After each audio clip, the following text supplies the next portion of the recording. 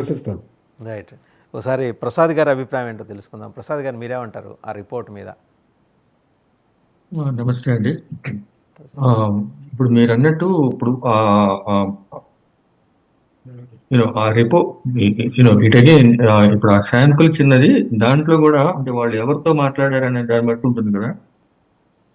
కొత్తగా వచ్చిన వాళ్ళకి ఇక్కడ అమెరికన్ పాలిటిక్స్ పెద్దగా ఇప్పుడు ఈ కిరణ్ గారు చెప్పినట్టు ఇప్పుడు మన ఇంజనీరింగ్ చదివి ఇచ్చిన బ్యాక్గ్రౌండ్ వాళ్ళకి ఎక్కువ ఈ పొలిటికల్ అవగాహన ఉండదు. అంటే చుట్టూ ఎవరు ఏమనుకుంటున్నారంటే ఆ దీంట్లో ఉంటారు ఆటోమేటిక్ గా. ఓకే. యూనో అంటే బేసిక్ ఇప్పుడు మా సర్కిల్స్ లో అంటే నాకు తెలిసిన సర్కిల్స్ లో మెజారిటీ రిపబ్లికన్స్ కే సపోర్ట్ చేశారు. అంటే చాలా మంది మన ఇండియన్స్ కూడా రిపబ్లికన్ క్యాండిడేట్స్ గా నిలబడ్డారు. రిపబ్లికన్ అభ్యర్థులుగా అంటే రిపబ్లికన్ అభ్యర్థులుగా స్టేట్ లెవెల్లో, కౌంటీ లెవెల్లో, అంటే టౌన్స్ లెవెల్లో రిపబ్లికన్ పార్టీ అభ్యర్థులుగా మన తెలుగు వాళ్ళే చాలా చోట్ల కంటెస్ట్ చేశారు. వీళ్ళు ఏమనుకున్నారంటే ఇప్పుడు అగైన్ అంటే ఇప్పుడు ఇట్లా ఇప్పుడు మన ఇండియా నుంచి వచ్చిన వాళ్ళు మెజారిటీ H1 వీసా మీద వచ్చారు. ఈ గత 20-30 ఏళ్లలో వచ్చిన మెజారిటీ H1 వీసా మీద వచ్చారు. H1 వీసా మీద వచ్చిన తర్వాత అంటే ఇప్పుడు మనం ట్యాక్సులు కడతా ఇప్పుడు 15 ఏళ్ళు ఇప్పుడు 10-15 ఏళ్ల పాటు వెయిట్ చేసి గ్రీన్ కార్డుల కోసం వెయిట్ చేసి మనం ట్యాక్సులు కట్టి ఎంత కష్టపడతా ఉన్నాం మనం. అదే ఇల్లీగల్ గా వచ్చిన వాళ్ళకి అసలు అంటే వాళ్ళు ట్యాక్స్ కట్టే పని లేదు, అసలు ఏమీ అంటే అసలు ఏ ఇది లేకుండా వాళ్ళు క్యాష్ సంపాదిస్తున్నారు, డబ్బులు సంపాదిస్తున్నారు వాళ్ళు. ట్రంప్ వస్తే ఇప్పుడు వాళ్ళని అది కట్టేలు చేసి అంటే ఇప్పుడు మన ట్యాక్స్ డబ్బులు వాళ్ళకి పంచి పెడుతున్నారు. ఇప్పుడు మనకి ట్యాక్సులు పెరుగుతా ఉన్నాయి అనే ఉద్దేశంతో ఇండియన్స్ చాలా మంది యాక్చువల్గా ట్రంప్ ఓటేశారు. అయితే అగైన్ ఇప్పుడు జనరల్ గా ఇప్పుడు కొత్తగా వచ్చిన వాళ్ళందరూ అమెరికా వచ్చిన వాళ్ళంతా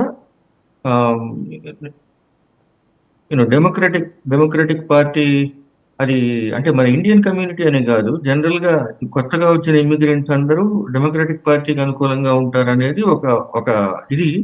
కానీ ఈ మధ్య కాలంలో ఇది కూడా చేంజ్ అయింది. అది నాకు తెలిసి మన ఇండియన్ కమ్యూనిటీ నుంచి మనకి అంటే క్యాండిడేట్స్ 2 పార్టీల్లో ఉంటున్నారు. మన ఇండియన్ ఓటర్లు కూడా ఎలా ఓటేస్తారంటే ఇండియన్ ఓటర్లు అందరూ అంటే సెకండ్ జనరేషన్ పిల్లలు డిఫరెంట్. ఫస్ట్ జనరేషన్ వాళ్ళందరూ ఓటింగ్ సరళి ఎలా ఉంటుందంటే మన వాళ్ళకి ఇక్కడ ఏ పార్టీ అనేది అనవసరం. అక్కడ అంటే ఇప్పుడు అభ్యర్థి రిపబ్లికన్ అభ్యర్థి అయినా డెమోక్రటిక్ పార్టీ అభ్యర్థి అయినా మన ఇండియన్ అయితే కనుక వాడికి ఓటేసేస్తారు. రైట్. పార్టీతో సంబంధం లేకుండా మనోడు అనే ఇది ఎక్కువ ఉంటుంది తప్ప పార్టీ సెకండరీ.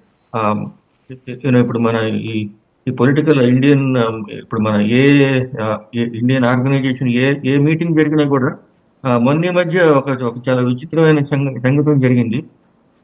ఇప్పుడు మన న్యూజెర్సీలో ఒక తెలుగు కార్యక్రమానికి మేము 2 పార్టీల తరపు నుంచి మన తెలుగు వాళ్ళే ఉన్నాం.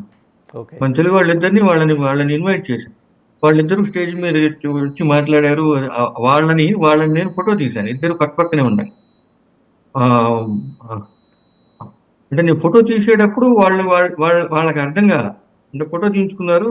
తర్వాత ఇమ్మీడియట్ గా 2 నిమిషాల్లో నా దగ్గరికి ఎవరినో పంపించి నన్ను వెనక్కి పిలిపించుకున్నారు. ఏం చెప్పారంటే వాళ్ళిద్దరూ ఈ ఫోటోని మాత్రం పొరపాటును కూడా బయట పెట్టకండి, చాలా గొడవలు అయిపోతాయి. ఎలక్షన్ కి చాలా దగ్గరగా ఉన్నాము. ఇప్పుడు మీరు అవతల పార్టీ వాళ్ళతో కుమ్మక్క అయిపోయారని చెప్పి నన్ను మన మీద ఆరోపణలు వచ్చేస్తే అందుకు ఈ ఫోటో పొరపాటును కూడా బయటకు తీసుకురావాలని చెప్పి నేను వాళ్ళకి ఎష్యూర్ చేసి ఇదేం బయట పెట్టే